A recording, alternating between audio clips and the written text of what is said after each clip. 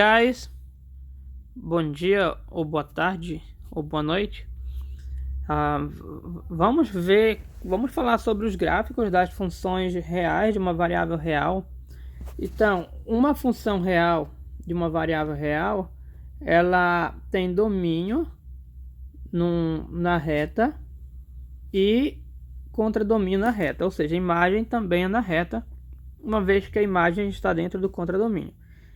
Então, o que é o gráfico? Como é o gráfico desses tipos de funções? Para responder essa pergunta, nós primeiro precisamos saber o que é um gráfico. Em termos de definição, o gráfico de uma função f é um conjunto, a gente normalmente representa assim, é um conjunto formado por pares de elemento, onde esse primeiro elemento pertence ao domínio e esse segundo elemento pertence ao contradomínio. Normalmente é assim. Então a gente costuma colocar assim, ó, ele pertence. O primeiro elemento ele pertence ao domínio e o domínio está na reta, então eu vou colocar aqui o R. Aí normalmente colocamos esse xzinho, vou já explicar o que é. E aqui eu coloco o conjunto onde pertence esse segundo elemento. Isso aqui é um tipo de produto entre conjuntos, mas não é o mesmo produto entre números, ok, guys? Isso aqui é uma relação, vocês vão conhecer melhor na geometria analítica. Na verdade, isso se conhece melhor em cursos de álgebra. De modo geral, o produto cartesiano entre dois números, entre dois conjuntos, é formado por pares de elementos, onde o primeiro pertence ao primeiro conjunto e o segundo pertence ao segundo conjunto. A gente não vai dar detalhes, não precisa se preocupar muito com isso, porque não é o foco da nossa disciplina. Mas o gráfico, então ele pertence ao R cartesiano R, ou seja, conjunto de quê? De pares, onde esse segundo elemento ele é igual à imagem do primeiro. Então, isso que é o gráfico de uma função. Nós temos uma geometria para isso, a gente vai falar da geometria. Na geometria, o que a gente faz? Nós construímos já que a geometria do R é a reta, ou seja, a reta representa todos os números reais de maneira bem trabalhada. Como assim? Cada ponto da reta eu tenho um número real associado e vice-versa, toda bem organizada. Significa que eu posso desenhar aqui uma reta para representar os números reais. Vou fazer isso. E nós normalmente fazemos assim. Desenhamos a primeira reta horizontal, indicando onde eu vou pegar elementos daqui, ou seja, do domínio, e nós desenhamos uma segunda reta na vertical, indicando, eu vou dar um zoom aqui, indicando essa segunda reta que eu vou considerar elementos no contradomínio. Domínio e contradomínio são conjunto de números reais, portanto podem ser representados por retas. Daqui eu vou fazer o cruzamento entre eles. Veja, na horizontal, o domínio, na vertical, o contradomínio. Ok? Aí, a reta, como nós sabemos, para quando eu me refiro a uma reta de números reais, significa que cada pontinho aqui, eu escolhi um ponto aqui, um ponto aqui, representa um número real. A gente já comentou isso em aulas anteriores. Mas o fato é, se cada ponto representa um número real, existe uma direção de crescimento. Tradicionalmente, nós botamos o crescimento para essa direção, para o lado direito. Então, se aqui é o 1, o 2 vai estar à direita e o 3 vai estar mais à direita porque é maior. Isso é tradicionalmente. Entretanto, nada lhe impede de colocar, deixa eu apagar aqui, nada lhe impede de colocar o crescimento ao contrário, para cá. Nada lhe impede. Aí aqui seria 1, aqui o 2, aqui o 3, e para cá seriam os números negativos, menos 2. Mas não está errado não? Não. Nada lhe impede. Inclusive, em física, essa coisa de colocar o crescimento da reta somente pelo lado direito é quebrado. Porque lá em física, dependendo da sua situação, você vai botar o eixo ao contrário. Então não tem, até mesmo o eixo, vamos já falar do eixo vertical, que normalmente é para cima, mas também pode ser para baixo, lá em física você faz. Ok, guys? Mas, por padrão, a gente estabelece o lado direito para crescimento. Se você quiser estabelecer o contrário, também só vai fugir do padrão e acaba ficando um pouco, dependendo da situação, pode complicar. Ok, mas não é errado. E daí a gente coloca uma setinha indicando qual é a direção de crescimento. Eu vou colocar a setinha aqui, indicando que ele vai crescer para o lado direito, que é o padrão. E aqui, essa linha vertical, por padrão, nós estabelecemos o crescimento para cima. Opa, deixa eu apagar. Portanto, eu vou colocar essa setinha aqui para cima. Nice? O que mais que eu tenho que falar para vocês? Assim, guys, quando eu coloco essas duas retas, já com as setinhas, só um detalhe.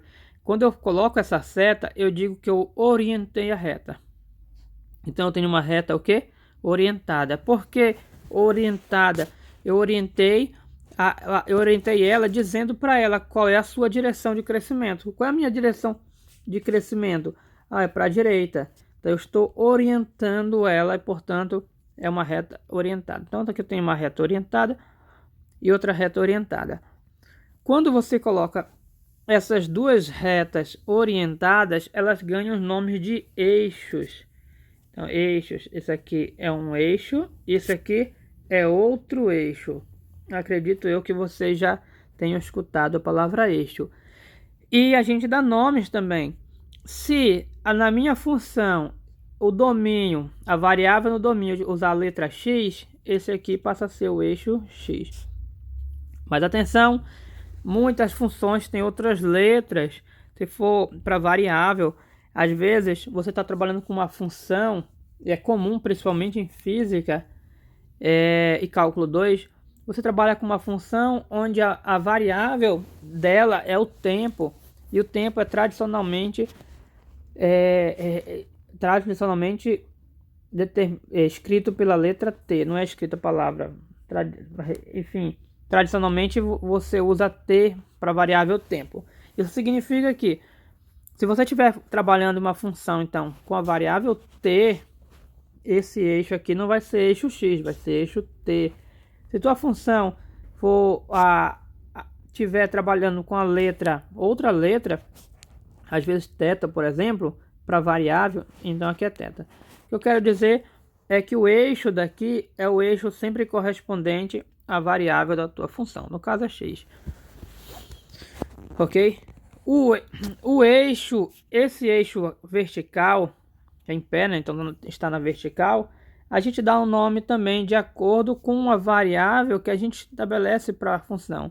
Muitas vezes é conveniente, ao invés de chamar a função pelo seu nome, aqui no caso f, chamar por uma outra letrinha e dizendo que ela é uma variável. Também é comum. A maioria dos casos, nós trabalhamos com y para indicar a variável que representa a imagem da minha função. Então a imagem também, às vezes, é tratada como variável. Tá? Tem vários casos que nós fazemos isso porque tem várias facilidades. Até porque se nós pararmos para olhar direitinho, embora aqui é uma anotação que diz o nome da função, diz o elemento de quem eu estou calculando a imagem, mas isso aqui é mais simples, não dá muita informação, mas é mais simples. Então tem situações que é melhor usar uma letrinha só. E esse eixo aqui nós colocamos normalmente, o nome dele é o nome da variável utilizada para a função. Eu sei que na verdade agora foi muita informação, mas dá para pegar porque tudo é padrão. Eixo da variável da função e eixo da variável dos valores da função, da imagem. Ou seja, eixo da letrinha do nome da função. Então, de modo geral, esse eixo, lembrando que a gente já está chamando de eixo, esse eixo representa o domínio e esse eixo aqui vai representar o contradomínio. E é nesse eixo que habitará a imagem, porque a imagem habita no contradomínio. Ok, guys? Mas sim, eu falei de eixos, falei de um bocado de coisa, mas eu não falei do gráfico. O gráfico, apesar de ser isso, aqui em matemática elementar nós não vamos trabalhar dessa maneira, ok? Isso aqui é para disciplinas mais avançadas da matemática. Em matemática elementar, nós vamos trabalhar com a geometria mesmo, que é mais visível. Um detalhe, às vezes nós colocamos um x aqui indicando que é eixo x e um y aqui indicando que é eixo y, ok? Então vamos falar do gráfico da função. Guys, o domínio ele é um subconjunto da reta, mas esse subconjunto pode ser um único elemento. Pode ser, por exemplo, o domínio apenas um número 1. Pode ser, o domínio pode ser muito simples, como pode ser muito complexo. Depende muito da sua função. Mas, na maioria dos casos que vocês irão trabalhar, são para domínios em que são intervalos da reta, ou até mesmo a reta toda, ou união de intervalos. Ok? A gente vai supondo aqui que nossa função, o domínio dela seja união de intervalos. Qual é a vantagem de trabalhar com união de intervalos? É que o domínio ele vai ter um pedaço que é contínuo, um pedaço contínuo, sem furos. Se você trabalhar, não sei se vocês vão me entender direito, mas vai ter casos que vocês corta essa parte aí, porque não é o momento para vocês verem isso. Isso aí vamos deixar para vocês verem disciplinas mais avançadas. Eu não quero furar a parte da matemática elementar. De modo geral, guys, as funções reais de uma variável real possuem gráficos sendo curvas. Então, em qualquer intervalo de domínio, o gráfico será uma curva. Onde é que não vai ser curva? Quando... também não vou entrar em detalhes, porque às vezes eu acabo... pode ser que eu acabe furando a disciplina e indo para outra. Mas, de modo geral, vou colocar aqui, ó. Vou colocar, é melhor eu escrever, que aí vocês vão entender melhor o que eu quero dizer. Se I, ok, é um intervalo, vou colocar aqui, ó. Se é um intervalo da reta. Vou colocar aqui, ó, contido em R, indicando que é o intervalo da reta. Se o intervalo, eu vou escrever não degenerado, ok? Porque pode ser fechado. Okay. Professor, o que é um intervalo não degenerado?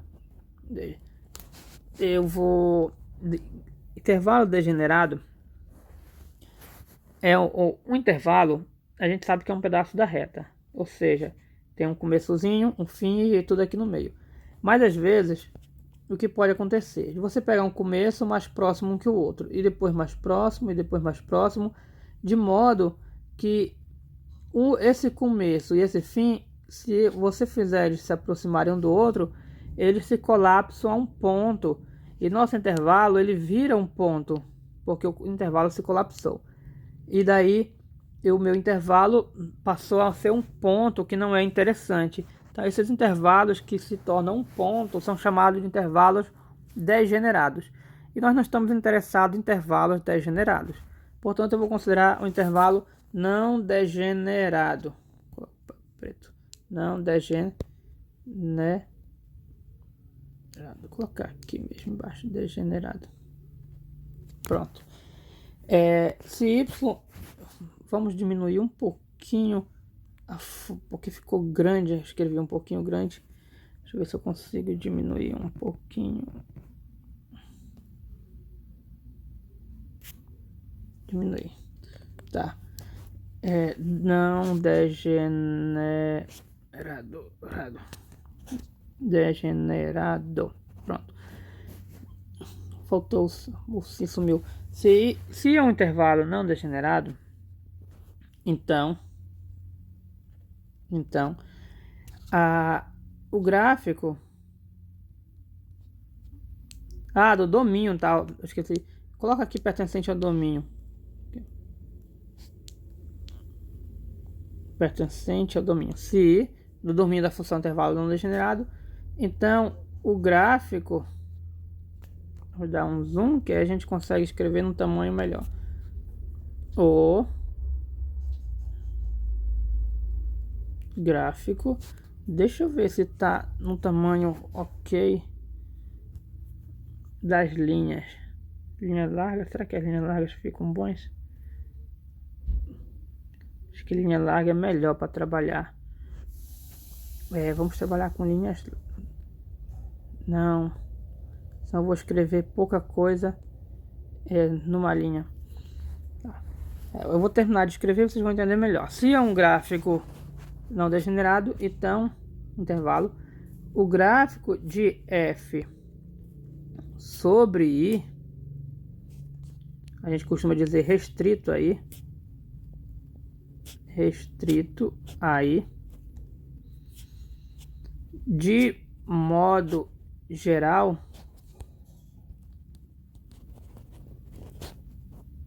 é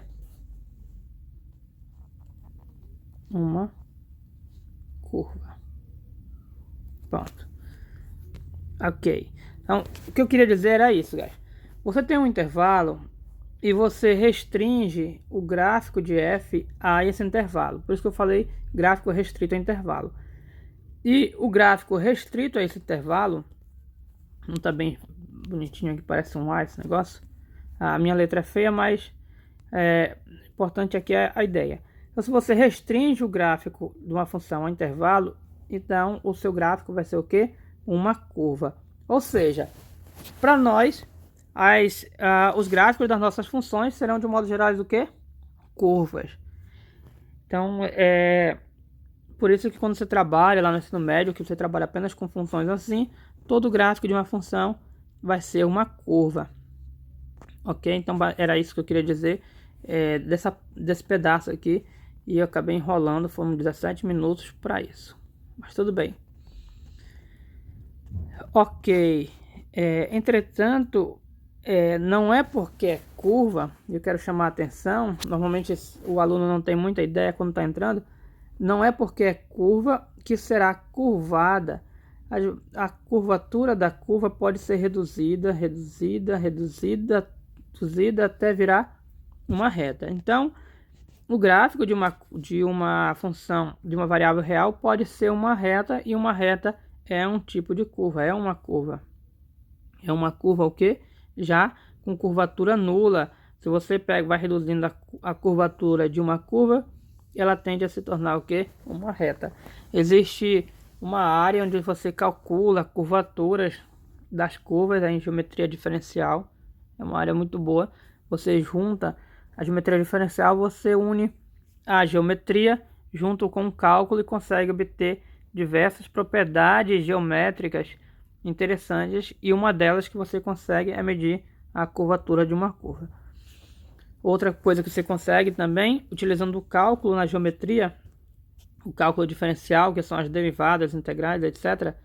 Você pega uma curva com torção, ou seja, uma curva no espaço, que não tem como ficar no plano, você consegue medir o quanto esta curva está torta, ou seja, medir a torção dessa curva, o que também é bem interessante. Ok, guys? Acredito eu que era isso que eu precisava falar dessa parte de observações de gráficos, porque na próxima aula a gente vai falar mais detalhado sobre gráficos. Mas tem algo mais? Tem algo que eu quero falar. Eu não falei da montagem do gráfico, então não vamos falar da montagem, que já acabou a página. Vamos para a página 7. Tudo bem, eu falei, eu vou aproveitar esse eixo aqui que eu não vou fazer outro não. Tudo bem, eu falei, a gente viu que o gráfico de uma função, das nossas funções são o quê?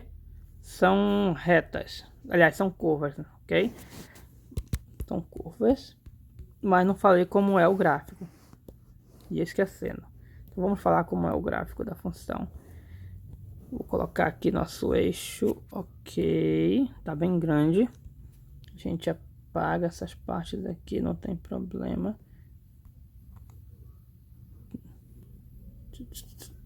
Pronto, tá só os nossos eixos. Sim, como é formado o gráfico? Isso é importantíssimo saber, conhecer, saber o que é o gráfico de uma função geometricamente. Vamos para a geometria. Guys, é o seguinte, o gráfico de uma função é uma curva.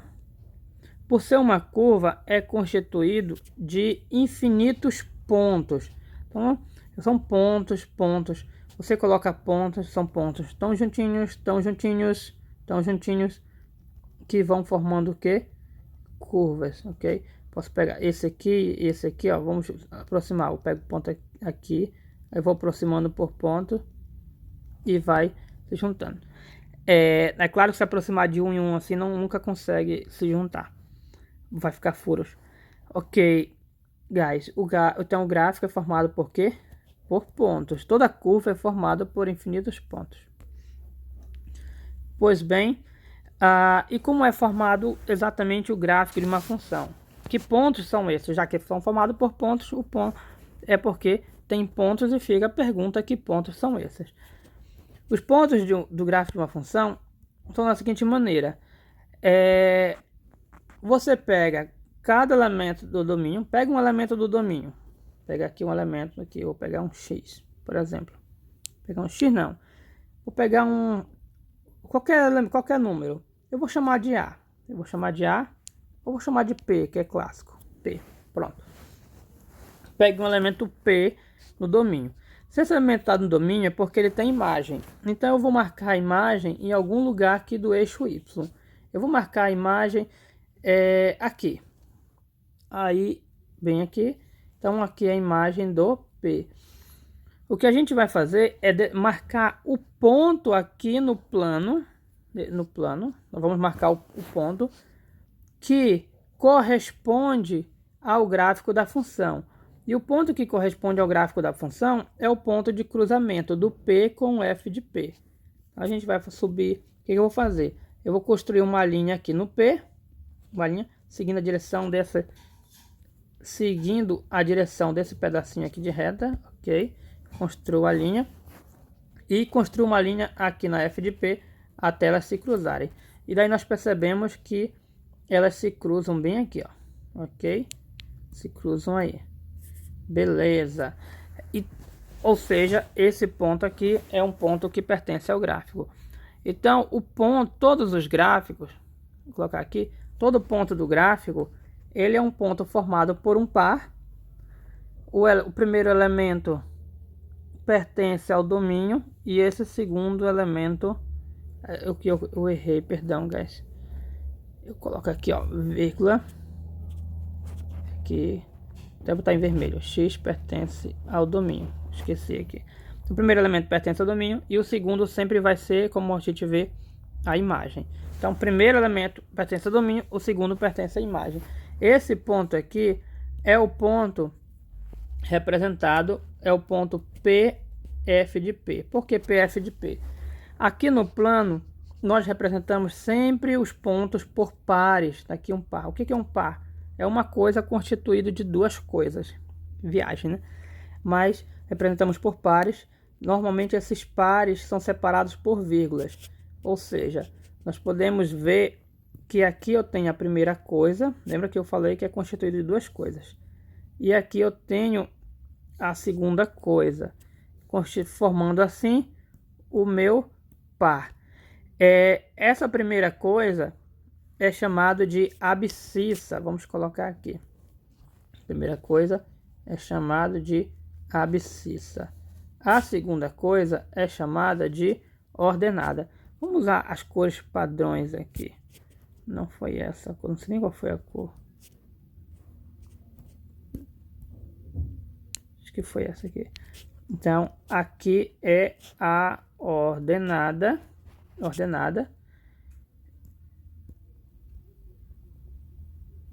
E aqui é a abscissa. ok? Não sei se vai dar para ver direito. Não dá para ver direito. Esse amarelo aqui não deu certo, não. Vamos tentar esse outro amarelo.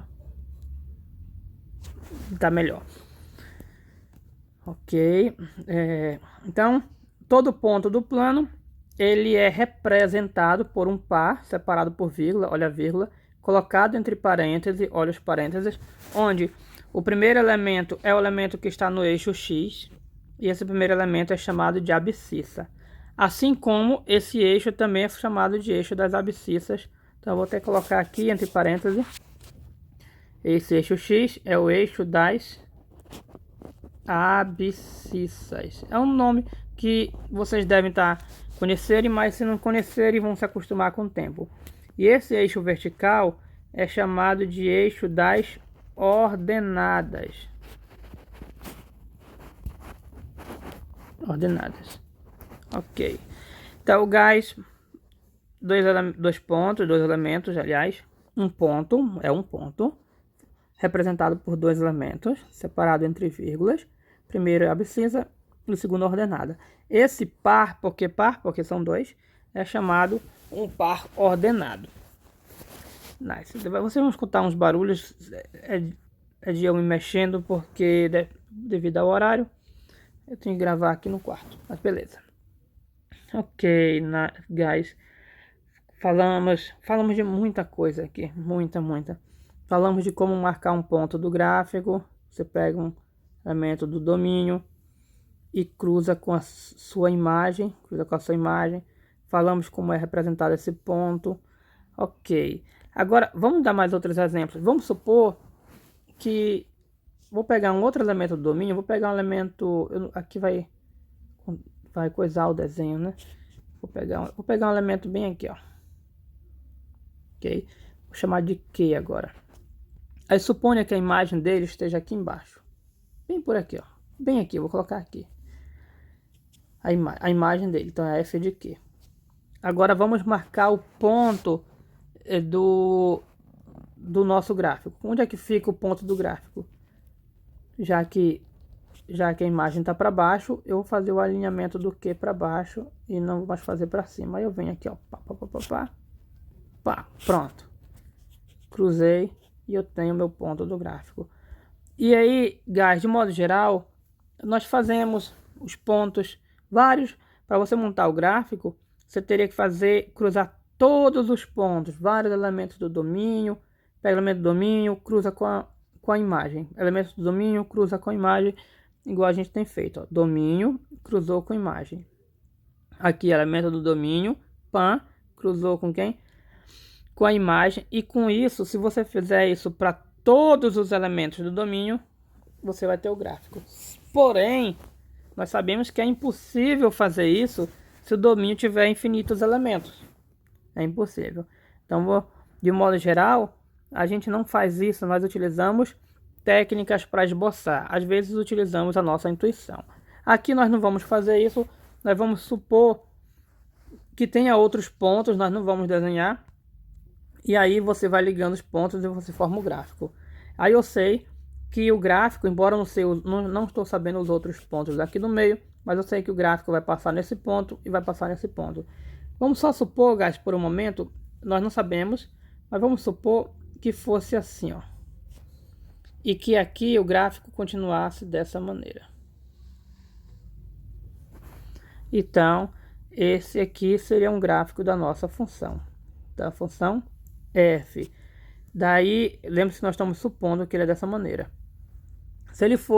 Se ele é dessa maneira, isso significa que, e essa parte é muito importante, que se você pega um elemento aqui, por exemplo, chame qualquer coisa, chame, sei lá, de A, pega um elemento A. Eu pergunto de vocês, onde é que está a imagem de A no eixo Y? Com o gráfico em mãos, é fácil descobrir a imagem do A. Como? Você cruza aqui, sobe, bateu aqui, esse é o ponto do gráfico. Isso significa que bem aqui, ó, pá, bem aqui fica a imagem do nosso A. Eu vou colocar aqui, ó, AF de A. Ok.